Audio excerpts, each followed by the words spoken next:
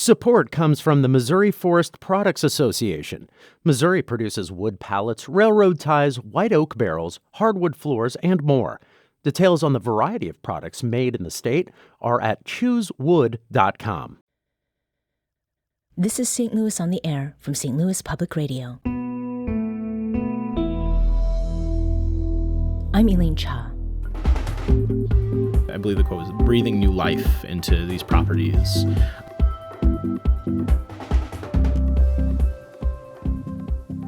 She was happy to be evicted by the time she was kicked out of her house. Moving into a new place is exciting, and that was the case for Carolyn Burton. She moved into a house in North St. Louis County in 2020. Yeah, it was beautiful. I mean, the basement was freshly painted with a fresh coat of concrete paint. It's like it was so nice till you think, oh man, this is a nice house. This is really together. The house on Roslyn Place is owned by VineBrook Homes and was just one of at least 2,400 properties in the St. Louis region owned by the company. But that honeymoon period of moving into a new home didn't last. If it rained or if you go to take a shower, anything like that, the water would stand either to go in the toilet and then back up out the toilet on the floor and then to turn around and back up in the tub. And I had never seen it do like that. It was totally weird. The Midwest Newsroom's Kavahn Mansouri and Daniel Wheaton investigated VineBrook Homes, and their story came out this morning. And here to talk about it is Kavahn Mansouri, an investigative reporter for KCUR in Kansas City and the Midwest Newsroom. The Midwest Newsroom is a collaboration between NPR, Nebraska Public Media, KCUR, Iowa Public Radio, and St. Louis Public Radio. Kavahn, welcome back to the program. Good afternoon. We just heard from Carolyn Burton. How did you come to meet her, Kavahn? Yeah, so Carolyn Burton, I came across her name and her partner's name, Jerry Hofi, in a court filing. I was going through hundreds of court filings at the courthouse of evictions that VineBrook Homes had filed for, or some they had gone through with, and Carolyn's name came up, and I looked her up, and we got to talking, and I went and met her and heard her story. Which was quite a compelling one. Mm-hmm. And what are some parts of the story maybe that are not in the piece, either the audio piece or the feature, that really felt like this is part of a larger story that needs to be told? Yeah, Carolyn Burton's story is just one of many. She was at the time when she was evicted by VineBrook, she was a graduate student at UMSL, trying non-traditional. She's I believe 64 years old, and she's just one of many people who basically for one reason or another maybe fell behind on rent, or maybe could no longer afford rent because of the fees tacked on. That basically ended up being evicted by VineBrook, or ran into maintenance issues with VineBrook, were described aggressive rent collection by the company, and basically said they couldn't get any help no matter what they did. So you've answered a little bit of this question already, but bad landlords are almost a cliche. What was it about this larger story that stood out to you as something you should follow? Sure, yeah. We first came across a story because another publication had done a story in Omaha, and they had the story was focused on about 300 homes, and it piqued our interest, and we came to find out that VineBrook owns about 27,000 homes nationwide. And for me, as a St. Louisan, I was pretty shocked to find out that through property records and their own SEC reporting, they own 2,400 just here in St. Louis. Mm-hmm. So just the magnitude of owning that many houses and having that many tenants really stuck out to me. Mm-hmm. Now, what is it that we should know about VineBrook and how it operates? Sure. So VineBrook, they operate out of Ohio. They, as I mentioned, own about 27,000 homes. They're funded by investors. It's sort of what a lot of people call a REIT, a real estate investment trust. This is a group that goes out and buys homes in mass. through several different ways. Some of the homes they get are in big block sales. They might be buying from investors who are trying to offload homes that maybe they bought during the housing crisis, or I'm sorry, basically during like economic hard times. They might be trying to offload that, but they also go out through other ways. You may every once in a while, if you own a home, you might receive a text that says, we're interested in buying your house. Right. That could be not exactly VineBrook, but it could be similar businesses, because these businesses have become very common in a lot of in cities all across the nation. Now, VineBrook LLC's homepage I visited, and it very prominently features 2 Black women.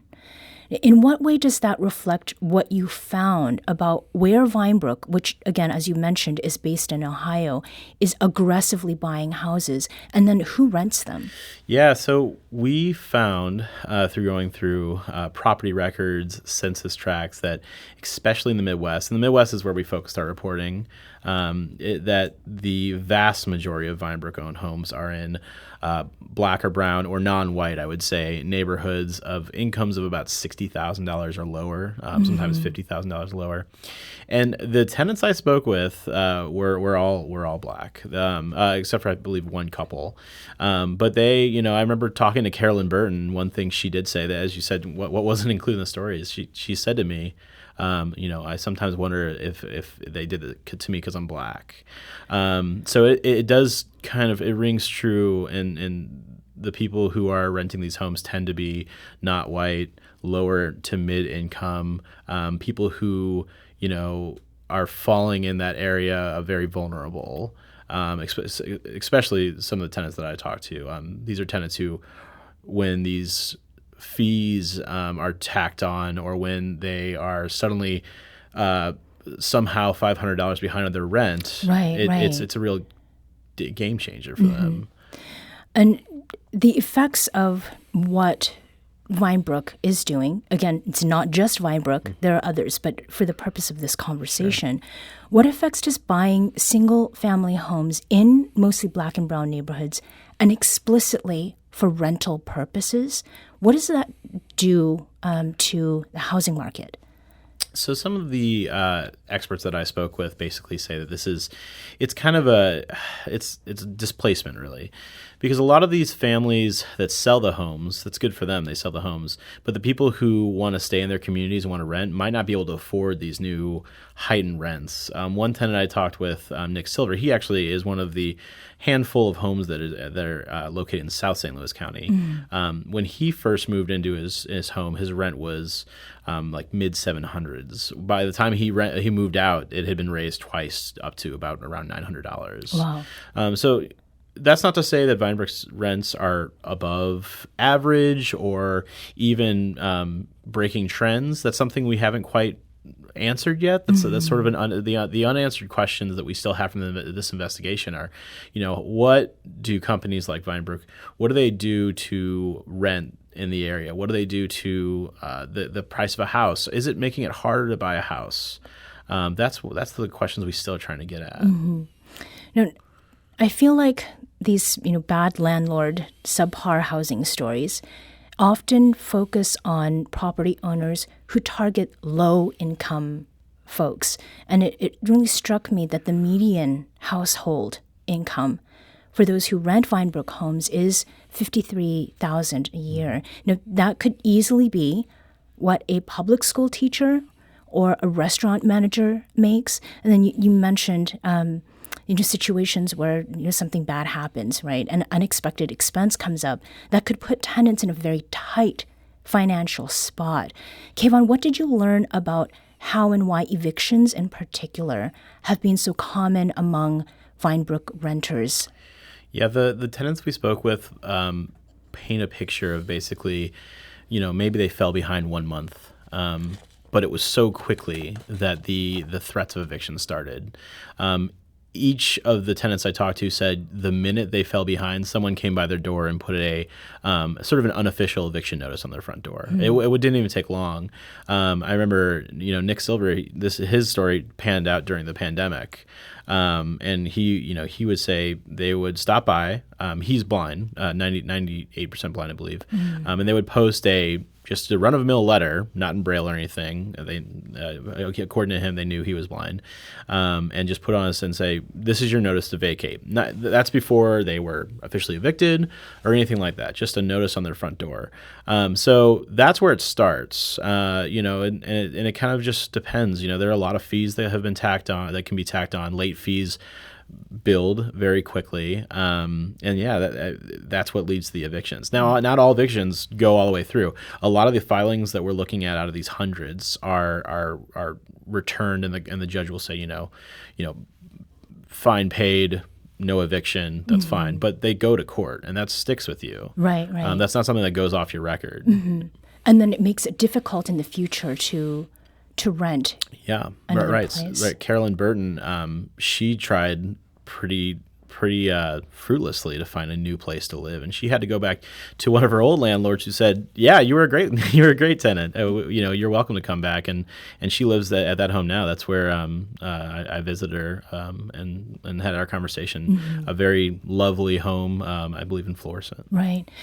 I'm speaking with Kavahn Mansouri, who's an investigative reporter with the Midwest Newsroom, and we're talking about VineBrook Homes and what they've been doing across the Midwest, and that includes here in the St. Louis area.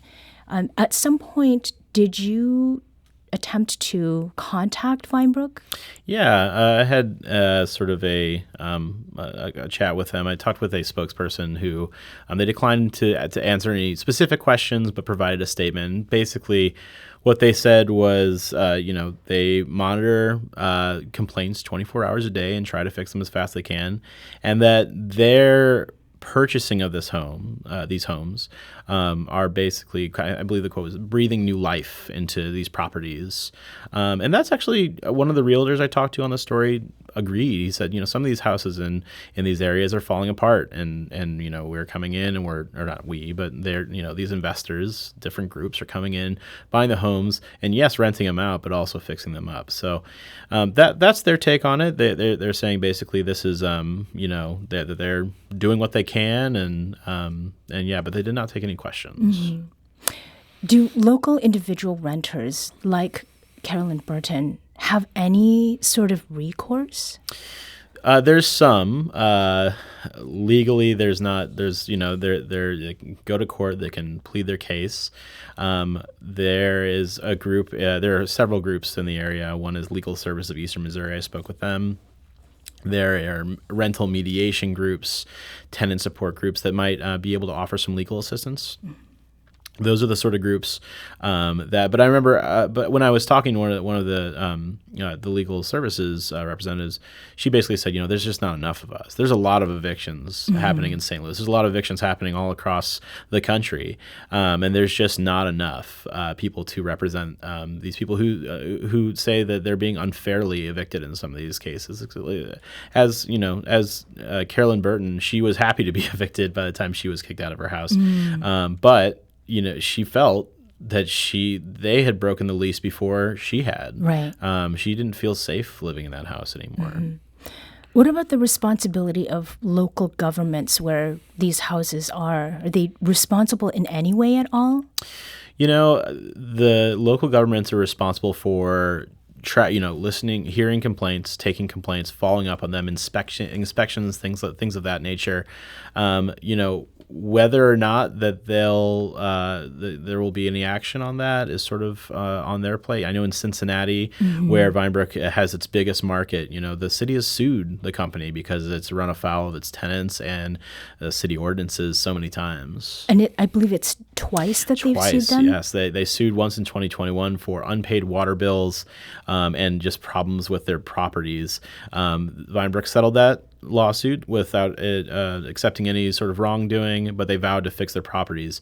But earlier this year, Cincinnati brought another lawsuit saying that they had not followed through on that vow to fix up their properties, and that they had continued sort of breaking tenant codes and things of that. There are some laws in Cincinnati that protect tenants, and basically even the mayor said, this company is running afoul. Of course, VineBrook argued that that they're just being targeted by the city. And that's currently still in court. Okay. Now that this part of your investigation of VineBrook in the Midwest has been published, what do you hope to pursue next? We'd like to hear from more people who've had experiences with not just VineBrook. Hearing from more VineBrook tenants would be great, but also people who have had dealt with similar companies, landlords that are not following, sort of like following the lease or kind of running afoul of their tenants. And just in general, we are always interested in housing issues and people who are dealing with those problems. It is, as you know, and I think as everyone knows, housing is a growing issue in this country, and it is something we're acutely aware of and interested in, trying to dig into those stories that aren't being told, and find, VineBrook is a story that it has their stories being told, not by just us, but we are looking for more stories that have not been talked about as much to try to share and get to the core issue. Kavahn Mansouri is investigative reporter for the Midwest Newsroom. Thanks so much for talking with us today. Thank you. You can read Kavahn's investigative feature, which includes illuminating data visuals by Daniel Wheaton at stlpr.org. And if you've got a VineBrook Homes story or another housing story to share with Kavahn, you'll find his email address at the bottom of that piece on our website. We need to take a quick break. When we return, we'll talk about the real-life impacts of childcare shortages on both providers and families. This is St. Louis on the Air on St. Louis Public Radio.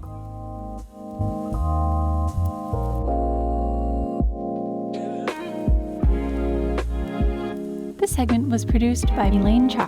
Audio engineering and podcast design by Aaron Dorr. Our executive producer is Alex Hoyer.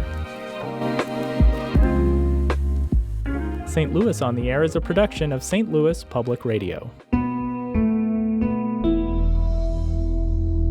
Understanding starts here. Our podcast proudly supports St. Louis artists by using music from Life Creative Group.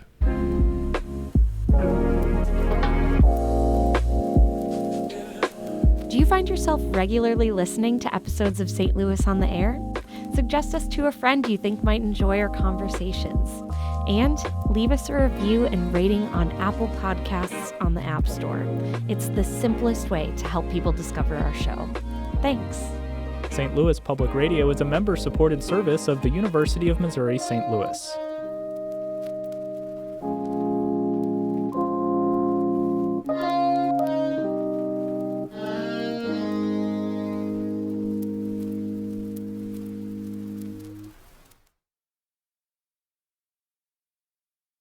Support comes from the Missouri Forest Products Association, committed to conservation and careful management of the state's forests to make them more resilient and better habitats for wildlife. ChooseWood.com.